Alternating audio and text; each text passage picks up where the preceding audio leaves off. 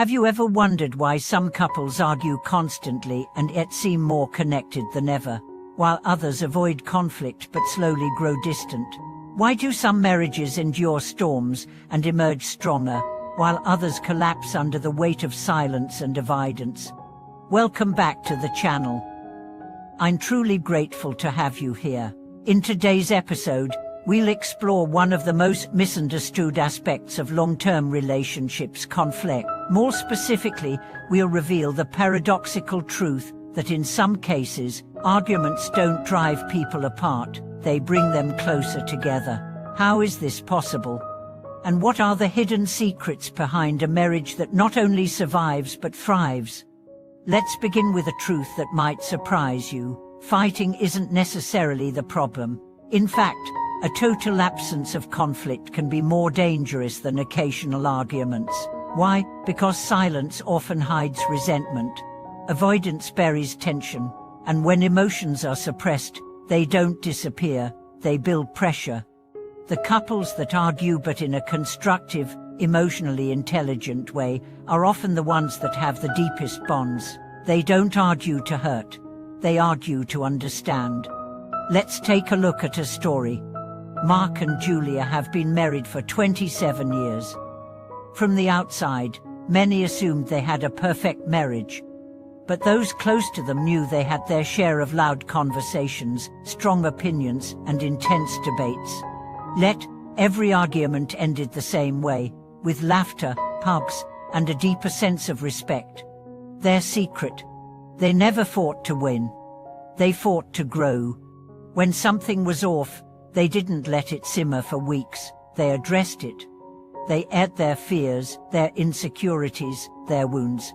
And yes, sometimes voices were raised. But always, underneath it all, was love. You see, what separates destructive conflict from constructive conflict is intention. Destructive conflict says, "Now I want to be right." Constructive conflict says, "I want to understand." Destructive conflict focuses on blame. Constructive conflict focuses on growth. Healthy couples know this. They don't fear disagreement. They fear disconnection. So they show up again and again, even when it's hard. Now let's examine why some couples drift apart. It's not because they argue too much. It's because they stop being emotionally honest. They stop sharing dreams. They stop addressing the little hurts. They let years of fine turn into walls. The result: emotional distance. A marriage without conflict is often a marriage without communication. And in the absence of real talk, people start to live parallel lives under the same roof, but worlds apart. So what makes a couple argue in a way that strengthens the bond? Here are some patterns we see in thriving partnerships. They use arguments as a tool, not a weapon. They listen to understand, not to respond. They take responsibility for their tone. They know when to pause, not just push. They repair quickly. They don't let wounds fester. They remember they're on the same team even when they disagree. One of the most powerful things a partner can say during an argument is not, "You're wrong," but, "Help me understand what you're feeling." This shifts the entire dynamic from attack to connection. Let me share another story. Rachel and David had been married for over a decade. They loved each other deeply, but had wildly different communication styles. Rachel was expressive, quick to speak her mind. David was reserved, needing time to process. For years, they misinterpreted each other. Rachel thought David didn't care. David thought Rachel was too emotional. Arguments were frequent and messy. Then, during one therapy session, their counselor offered a game-changing idea: create rules for arguing.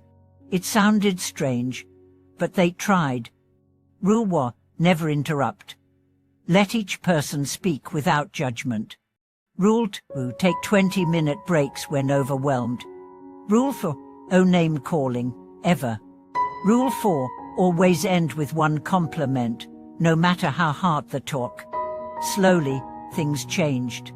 Arguments still happened, but they were rooted in respect. They started seeing each other, not just reacting to each other.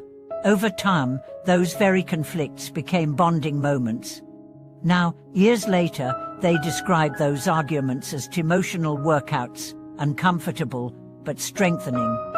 So what does this mean for you? If you're in a relationship where arguments happen, don't panic. Ask yourself, are we fighting to win or fighting to grow? Are we hearing each other or just shouting over the pain? Are we trying to understand or trying to punish? And most importantly, do we return to love when the dust settles? Because the argument isn't what breaks couples. It's the lack of repair.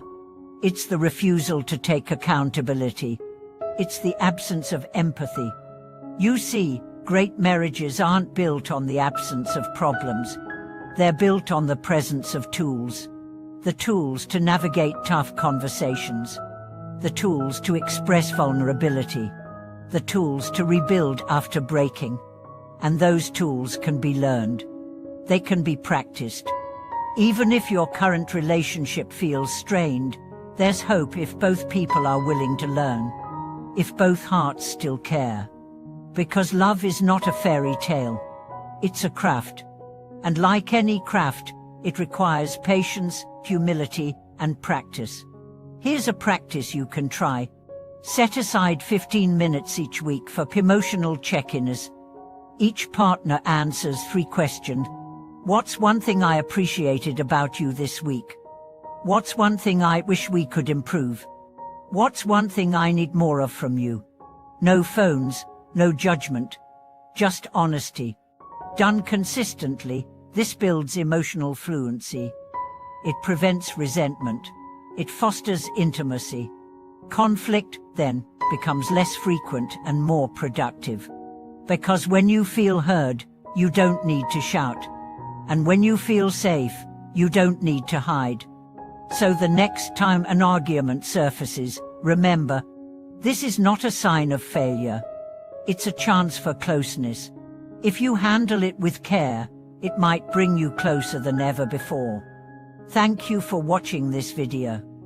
If you've ever had an argument that led to a breakthrough, or if you've learned to communicate better in your relationship, share your story in the comments. Your experience might help someone else feel less alone.